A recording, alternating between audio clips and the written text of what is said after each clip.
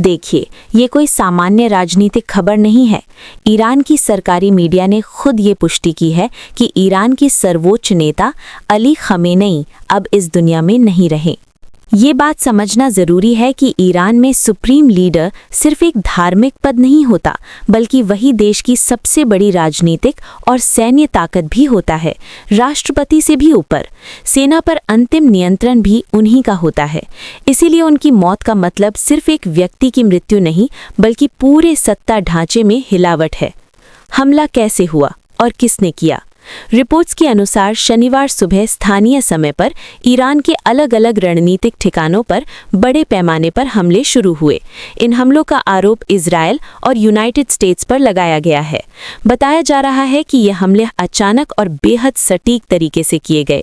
America के राष्ट्रपति Donald Trump ने सार्वजनिक रूप से कहा कि खामेनेई मारे जा चुके हैं। उधर इजरायल के प्रधानमंत्री बेंजामिन नेतन्याहू ने कहा कि तेहरान में खामेनेई का परिसर शक्तिशाली और सरप्राइज स्ट्राइक में पूरी तरह नष्ट कर दिया गया। इसका मतलब है कि ये कोई अचानक गुस्से में किया गया हमला नहीं था, बल्कि पहले से तैयार की गई सैन्य योजना थी। ईरान ने क्या जवाब दिया? अब सबसे महत्वपूर्ण हिस्सा, ईरान का जवाब।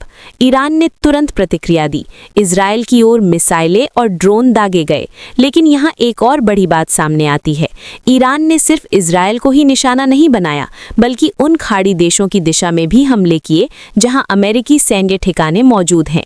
इन देशों में शामिल हैं बहरीन, कुवैत, कतर और यूनाइटेड एमिरेट्स। ये कदम ये दर्शाता है कि ईरान इसे सिर्फ इजरायल के साथ संघर्ष नहीं मान रहा, बल्कि सीधे अमेरिका से जुड़ा मामला समझ रहा है। पृष्ठभूमि, असली कारण क्या था? अब सवाल आता है कि अचानक इतना बड़ा टकराव क्यों हुआ? 2 दिन पहले ही अमेरिका और ईरान के बीच परमाणु कार्यक्रम को लेकर बातचीत हुई थी, लेकिन वो बातचीत बिना किसी समझौते के खत्म हो गई। मतलब कूटनीतिक रास्ता बंद हो चुका था। तनाव पहले से ही बढ़ा हुआ था। ऐसे माहौल में ये सैन्य कार्रवाई हुई और अब स्थिति पूरी तरह युद्ध जैसे हालात में बदल सकती है। इसका असर क्या हो सकता है?